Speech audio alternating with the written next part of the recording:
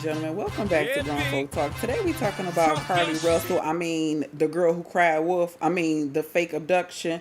And you know what? Before y'all even come, I'm telling y'all now, ain't no, nah, we ain't messing with her over here.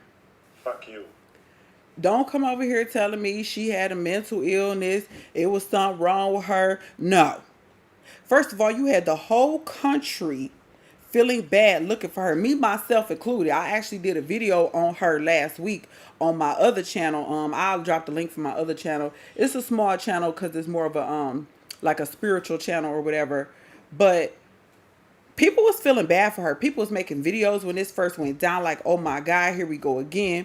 She finally gets, we finally get some publicity, Amber Alerts, all of this, only to find out she was capping the whole time.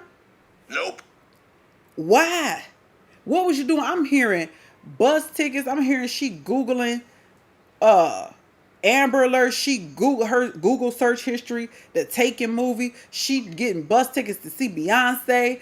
I done heard she got a side dude. So many different stories that I don't even know like what's factual and what's not. But we know one thing. Ain't nobody do nothing to her. Your wig left at the scene. You know what? Let's listen to the police. Let's hear what the police got to say. Did not come back. This is unfreaking real. But the man then picked her up and she screamed. She stated he then made her go over a fence. She claims he then forced her into a car, and the next thing she remembers is being in the trailer of an 18-wheeler. She stated that the male was with a female. However, she never saw the female, only hearing her voice. She also told detectives she could hear a baby crying. Detectives, the male had orange hair with a big bald spot on the back. She said she was able to escape the 18-wheeler and fled on foot, only to be captured again and was put in a car. She claimed she was then blindfolded but was not tied up because the captor said they did not want to leave impressions on her wrists. At some point, she was put back in a vehicle she claims was able to escape while it was in the West Hoover area. She told detectives she ran through lots of woods until she came out near her residence. Detectives continue analyzing data from Carlee's cell phone. Part of what data included several internet searches in the days leading up to her disappearance that I think are very relevant to this case. On July 11th at 7:30 a.m., the term, "Do you have to pay for an Amber Alert?" was searched.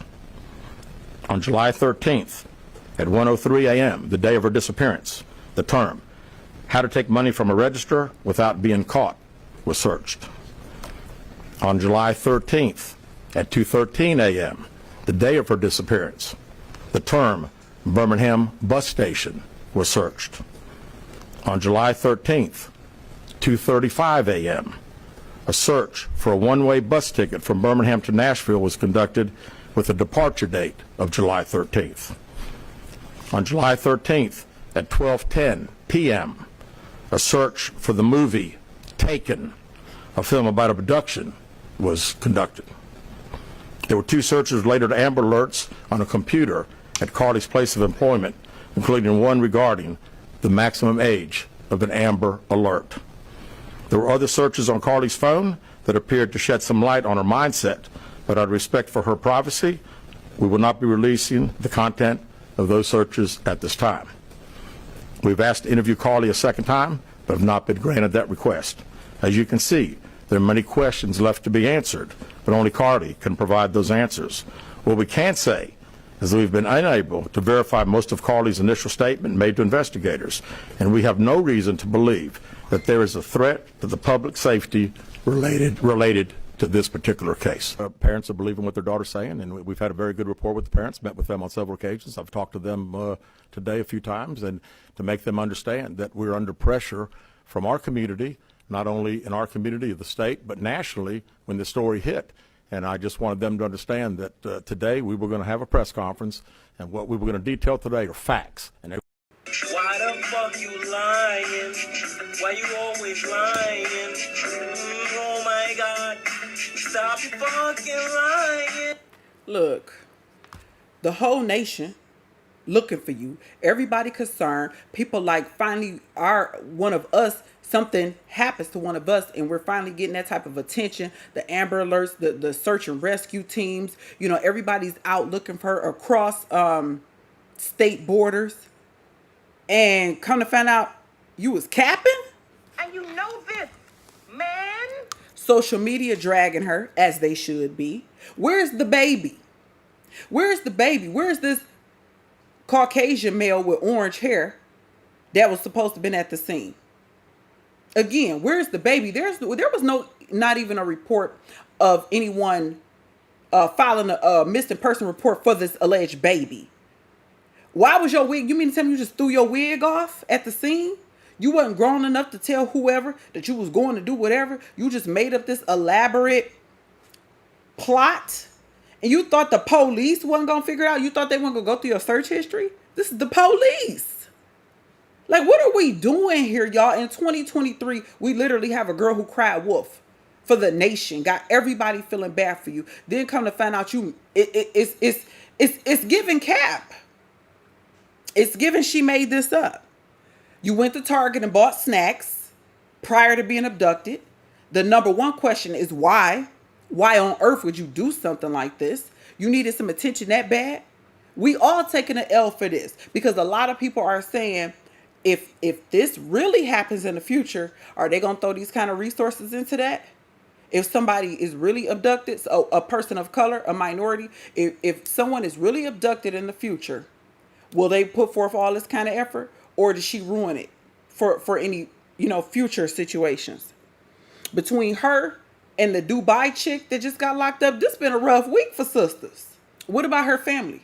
Her family, all press conferences, they appreciate everybody coming out looking for her and spreading the word, but now they want some privacy. Leave her alone. No, we want answers. We want to talk.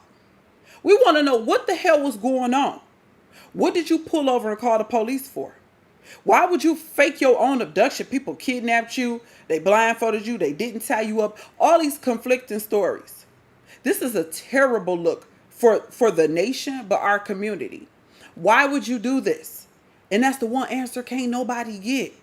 You got everybody feeling bad for you, feeling sorry for you, thinking the worst, praying, crying. Only for you to, I'm hearing, trying to get a bus ticket somewhere, you just appeared back on your parents' doorstep. Like what you told the kidnappers the address and they dropped you off. So now they know where you live. Come on now. This don't make no damn sense. Nope. And you want people, you thought you was actually, y'all know they talking about she might get some time for this.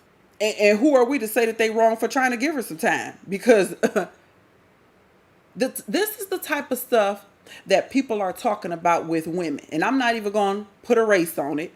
I'm going to just say women. Women out here doing all kind of stupid stuff. Don't have no male guidance, no male leadership, want attention.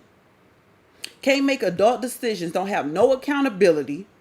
Then they get mad when people sit up here and talk about it and critique and analyze these type of things.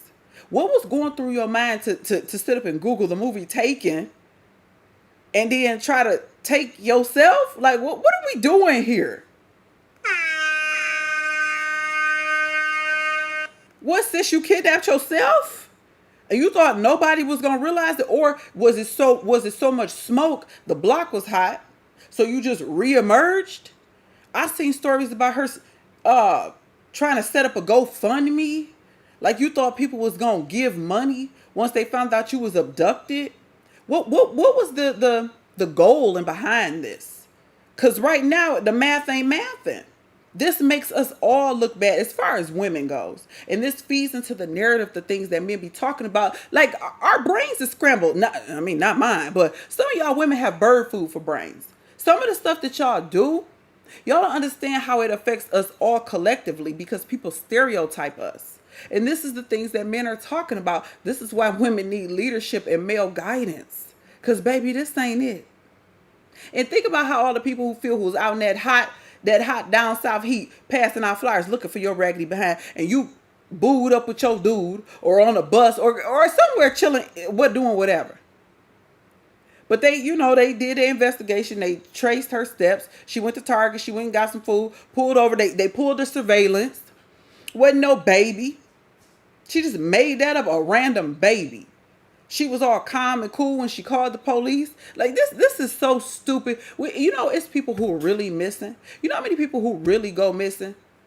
And we sit up here wasting energy and resources on your raggedy behind. I'm gonna tie your old monkey ass up. This is disgusting. And this just goes to show the day and time we live in, that the women that are supposed to bring forth the next generation, this is the retarded stuff that we on. But I'm going to leave this here. Y'all leave me y'all comment down below. Please like, subscribe, share the content. Let me know what y'all think. This was such a frustrating story. Like, girl, like we have bigger fish to fry to be worried about a goddamn fake abduction. But y'all, please make sure you like and subscribe, share the content. I'm on the road to 10K subs. First stop 5,000. So please make sure you subscribe. And as always, I appreciate y'all for supporting me. Yeah, B. It's been another episode of Talk your shit.